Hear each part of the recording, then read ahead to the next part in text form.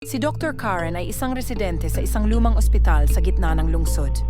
Ang ospital na ito ay kilala sa mga kwento ng kababalaghan, lalo na sa Ward Sham, isang dating psychiatric ward na matagal nang isinara. Ayon sa kwento, may isang pasyente doon na bigla na lang naglaho ng walang bakas at mula noon, may mga kakaibang pangyayari na ang naganap sa ospital. Isang gabi, si Dr. Karen ay naka-duty sa night shift. Kapansin-pansin ang katahimikan sa buong ospital, tila mas tahimik kaysa sa karaniwan. Habang pinagmamasdan niya ang mga pasyente sa kanyang round, napansin niyang may kakaibang lamig na bumabalot sa paligid.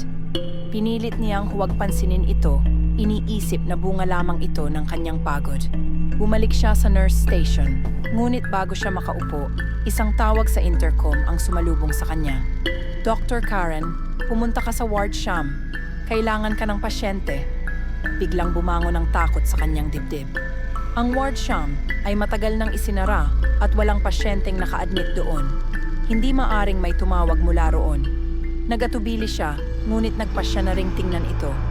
Pagdating niya sa pasilyo ng Ward Sham, nakita niyang ang mga ilaw ay nagkikislapan, na tila may sira.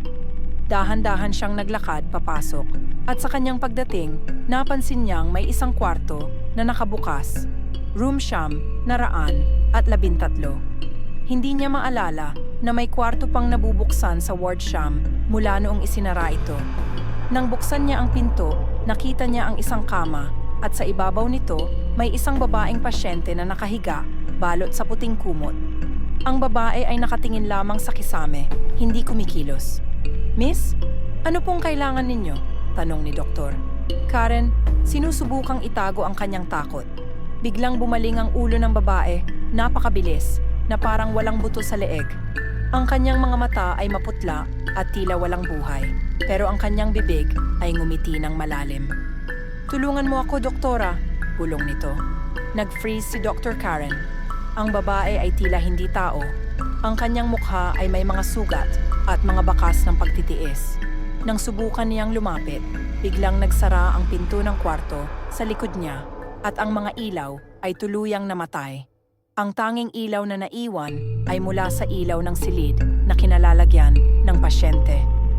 "Doktora," muling bulong ng babae, "naghihintay kami." Kasabay nito, narinig ni Doktor Karen ang mga yabag mula sa pasilyo, mga yabag ng maraming tao na tila papalapit. Sa takot, sinubukan niyang buksan ang pinto, ngunit tila may humaharang sa kabila. Sa kanyang paglilingon, nakita niya ang babae sa kama na unti-unting bumangon, ang kanyang mga mata ay nagliliwanag na parang apoy. "Matagal na kaming naghihintay. Isa ka sa amin ngayon," wika ng multo. Biglang bumukas ang mga pinto ng mga kwarto sa paligid at mga anino ng iba't ibang pasyente ang lumabas. Mga pasyente na tila mula sa iba't ibang panahon, lahat may mga sugat at mga mukhay puno ng paghihirap. Nang tila wala ng paraan para makatakas, biglang bumalik ang ilaw. Natagpuan ni Dr.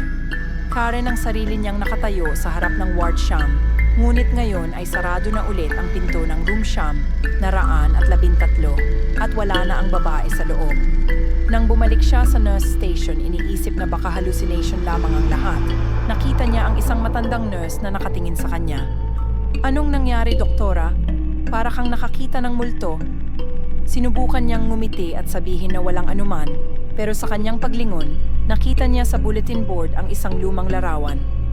Naroon ang isang grupo ng mga doktor at nurse noong panahon pa ng 1,000, naraan at 70, at sa gitna, nakita niya ang isang babaeng nakaputing gown, ang parehong babaeng pasyente na nakita niya sa Ward Sham.